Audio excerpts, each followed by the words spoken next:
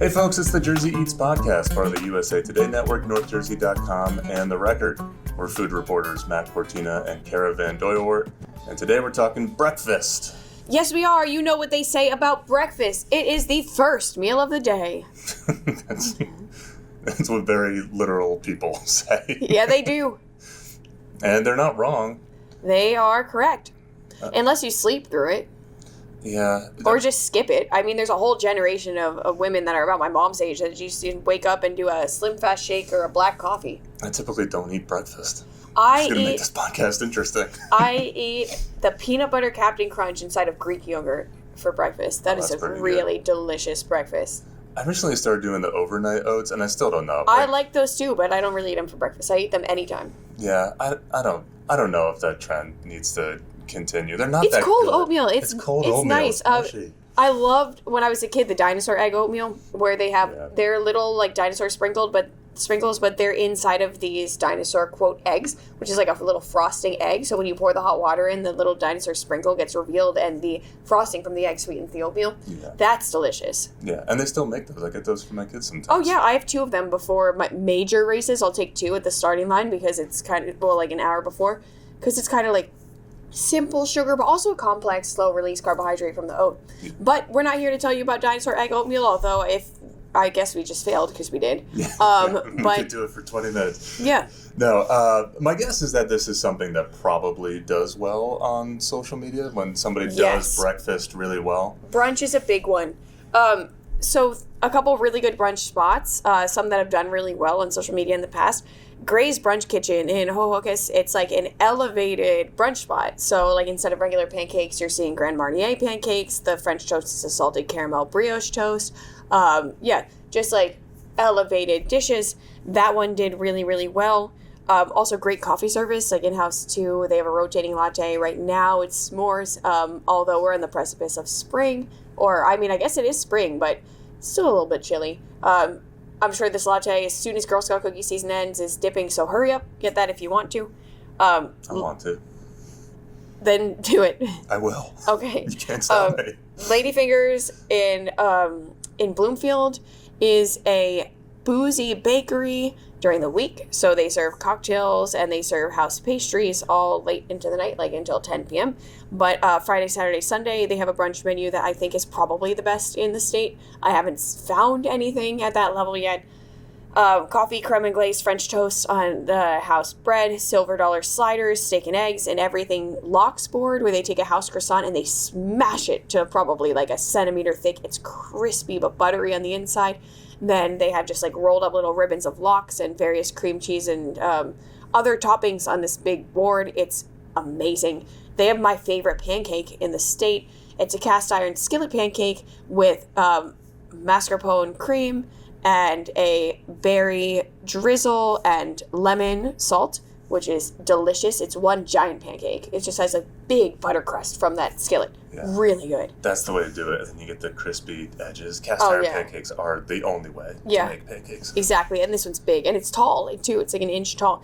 But in a similar vein, the original pancake house in West Caldwell does the Dutch baby style pancake, which is also just one big pancake. They have the apple pancake, which I think on their menu, it's just like called the one and only or something. So I actually have not eaten that there. But whatever it is, it has like cemented itself into Caldwell history. So I guess I got to go try it. And you guys might have already tried it. But I got to try that out. Then they obviously have the Dutch baby, strawberry Dutch baby. And then they have the garden Dutch baby for something savory, which has some cheese and veggies in it. Which sounds good. A big one that just opened up in Westwood. And you know what? I'm going to be honest. I think they are still working out the kinks. Because I think if I was to sit here and just plug this as like, I love them so much because they're my friends. I think you guys would be like, I tried this once and I had a little bit of slow service or whatever. They're working out the kinks. Bear with them because they're doing a lot in there. But they got that gorgeous bank that was on the corner in Westwood. It's called Rose and Jellies. And the reason why so much is going on behind the scenes is because, so they're a brunch restaurant, but they're also a coffee roaster, and they're doing a whole in-house bakery with all sourdough products. So then the coffee and the sourdough products go right into their brunch menu. So everything is in-house. So like, there's not anything they're bringing in. And they have a lot of pride in that as well, that you're really getting fresh products. Everywhere is windows. You can see everything going on. And obviously the building is really cool. It's vaulted ceilings, really old and historical. So try it out, even if the service might be a little bit slow or whatever. Yeah, just remember that they're running 3 separate businesses, basically. And that they're new, yeah. Some of the things they're making with the sourdough products is Tres Leche French toast, buttermilk sourdough waffles, chilaquiles, which I know that you would love. Not that that has a sourdough product in it. Chilaquiles are kind of like breakfast nachos. So you're getting like some tortilla chips covered in like eggs and cheese and various salsas, which are also house made. Yeah.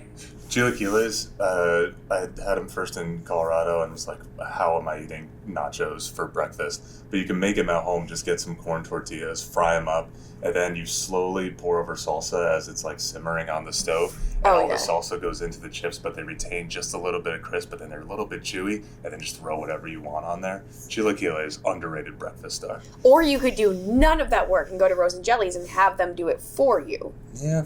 You can do both either way, in the same morning. Either way. Yeah. I think what Matt is telling you is chilaquiles are a slippery slope, that if you do try them, you might end up doing both in the same morning. Yeah. So, all right. So let's move on to pancakes. As I said, number 1 is that cast iron skillet pancake. I actually just dropped off. So I did a whole video reel on Instagram of my top 3 pancakes in the state. I dropped all 3 off at my sister's place. And she got back to me that this one was her favorite, was also the Lady Fingers as well. But after that, there's 2 others that we both collectively love. The Corner in Montclair does fluffy pancakes. Now, they're not the Japanese souffle pancakes. If you want that, you can get that in the American Dream food court. But this is totally different. It's not an egg white. It's very decadent. It's almost like eating a vanilla cupcake. Like, it's like a cupcake round. So I'd say if they were probably made in ring pans. They're about 1.5 inches tall. And they're saturated in a house vanilla syrup, like almost like rum cake style, with some berries and apricot. It's just so good. Yeah, it sounds It's awesome. so good. Like, I just made myself hungry. Are you, just to give you a break, are you a sweet breakfast person or more savory? I'm sweet, for sure. And I think as we get into the French toast category, that's really going to come to light. Yeah. But I also really enjoy the cookie dough pancakes at Committed Pig. It's a classic. I mean, if you're in my generation, you grew up with that. But, yeah. So does the cookie, like, bake at all? Like, while it's on No, don't worry. When griddle? it says dough, it's dough. Yeah. You'll like it. If they throw it in cold to the batter, it won't be on the griddle for long enough for it to harden up. Yeah. All right, so let's move into French toast, because I'm not going to bait you with that too long. My number 1 French toast by a landslide. This is probably my favorite brunch dish in New Jersey, and it's currently a front runner to make my top 10 overall eats of 2026, is the fig and mascarpone French toast at Guzzo's Bakehouse. It's on homemade challah bread, and then they just egg batter it. They cover it in fig jam and dollops of mascarpone. It's just phenomenal. I don't really know any other way to describe it besides just say to go and try it. But they also do a carrot cake French toast, which I mentioned in our Easter podcast, and a bread pudding French toast. So, and an apple pie French toast, which is graham cracker encrusted on the challah bread. The bread pudding one, is it a piece? Pudding that's then French they make bread pudding, into like a big like pie pan, and then slice it off and French toast it. It's really good. So I'm actually going to do a video for my North Jersey Eats page where I'm going to kind of show you a little bit behind the scenes of them making that dish. So tune back in last week of April for that one. And that one is in Hallworth. So on many of your stomping grounds. I went to a gala in Hallworth like a couple weeks ago, and they were having a silent auction at the end. And they had auctioned off like a Saddle River Inn gift card that was for like $350. And some dude stood up and was like $1,700. And then another dude stood up and was like $2,100. And then I guess like the auction runner, whatever you would call that guy, was like, oh yeah, we'll throw in a couple bottles of wine. So it was like $3,500. And I was like, why are you bidding this insane amount of money on something that's literally $350? And also, you were going to go do this on Friday anyways. Like, this is just what you guys do. And then someone said, and the guy next to me, he was like, I'm a 94-year-old Haworth resident for life, and I am actively trying to lower my net worth. And I was like, so this is what it's like to live in Haworth. So that's the only really thing I know about Haworth, besides the fact that they have a bloodbath of a 5K and an incredible bakery, which is Guzzo Bakehouse. Yeah. I mean, when you're living in the lap of luxury, you expect your French toast to be like that. Yeah. So wouldn't it be nice to have that amount of money? When I do, I guess I'll be moving to Haworth. That's right. So shout out to Haworth. Having bougie French toast every morning. Yeah. Oh, also the finish line of that bloodbath Haworth 5K is Guzzo Bakehouse. So like, do both. Perfect. Yeah. You earned it. So there's another really good French toast at Anthony's Cheesecake in Bloomfield, another cult classic. It's the apple fritter French toast. So they take apple fritter donuts and slice them like horizontally into rounds, egg batter them, and fry up the donuts like French toast. So really amazing. Fried donuts. Oh, yeah. Yes. So let's go now into waffles. I really like Double Bubble Cafe in Maywood. Chef Melissa Mack does a great house recipe on bubble waffles, which are like inside out waffles. So normally a waffle is tall and it indents at those little holes. Okay. Bubble waffle is the opposite. So it's flat and it goes like convex. It has little pockets. And yeah, so those pockets are like filled with air. So it's I think I get it. Yeah, okay, cool. I'm hoping that they get it as well. Yeah, so essentially she'll take the bubble waffles and wrap them around things the way you might do with like a street crepe or something. My favorite is the Dubai Crunch, which is around Bunch of Crunch, kataifi, and pistachio butter. Really delicious. She also has fantastic crepes. We have a million of these street crepe spots coming up everywhere from Patterson out to Clifton to Upper Bergen. I really think that Melissa's are the best. I mean, she's a pastry chef who graduated from CIA and then owns one of you guys' favorite pubs, the Front Porch in Hawthorne, and this is her first foray into sweet products, which she actually went to school for. So if you love the Front Porch for what Melissa's normally doing, try what she went to school for. I think it's going to blow your mind. Does a reverse waffle hold the syrup as intended? Yeah, I mean, yes. And it retains this incredible crisp, too, which a Belgian-style waffle doesn't do. Yeah. So there's a reason for the madness, which I appreciate. Well, it's also cute. Yeah. So I think it just might be like, oh, I like it because I like the way it looks. That's good.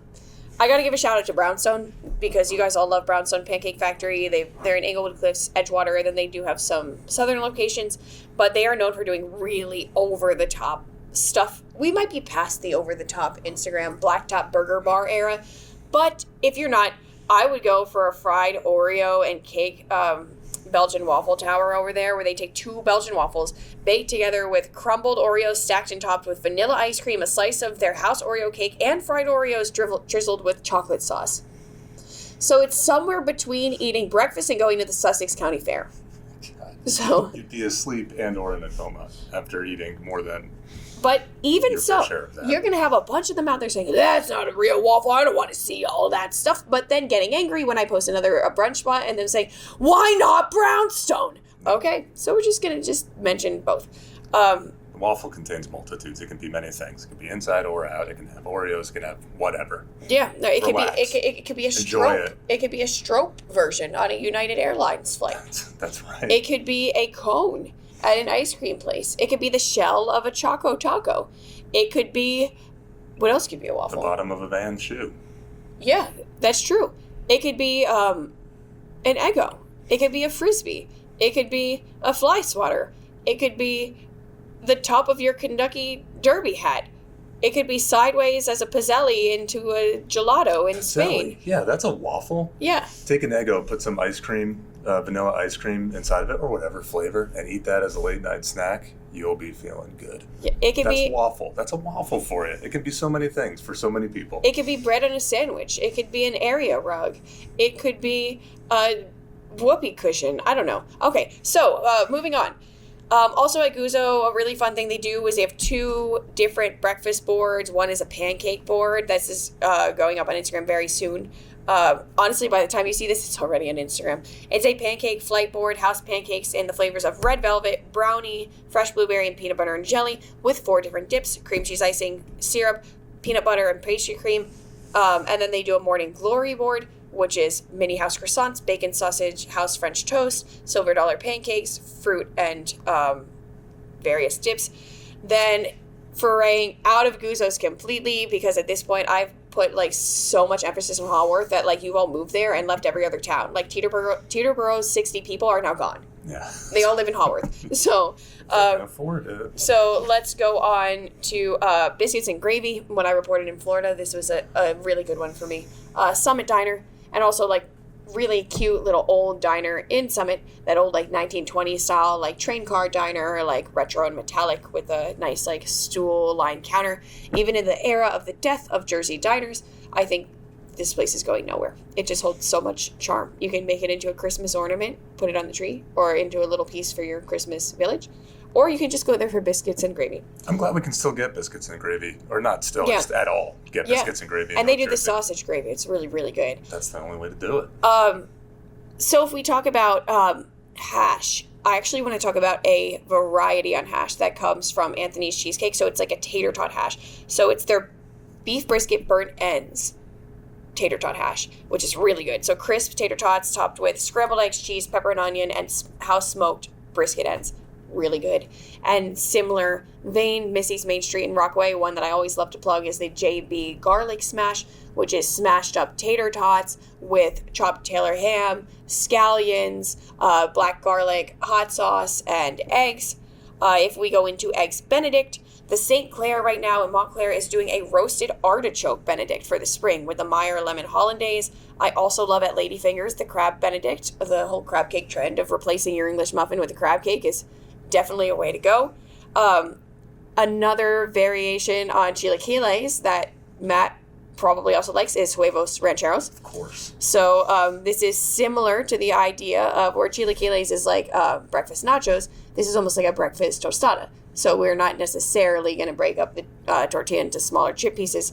So at Missy's, they have one called the Chupacabra Rancheras, which is fried tortilla topped with a white bean puree, sunny side up egg, so nice and yolky, chorizo, pico de gallo, queso fresco, sour cream, and house guac. You also get a side of home fries in case you needed more carbs with that dish. Chef Leah Gaccion's other place, South and Pine in Morristown, has excellent huevos and an excellent like spicy hash with chorizo and jalapenos on there. Yes, and great duck fat tater tots on the side. My favorite lox and cream cheese sandwich is at Black Magic Bakehouse. It is a house-made everything focaccia with capers, cucumbers, and onions, and dill cream cheese. Amazing. My favorite Taylor ham sandwich. Notice I haven't said pork roll at all because we are northjersey.com.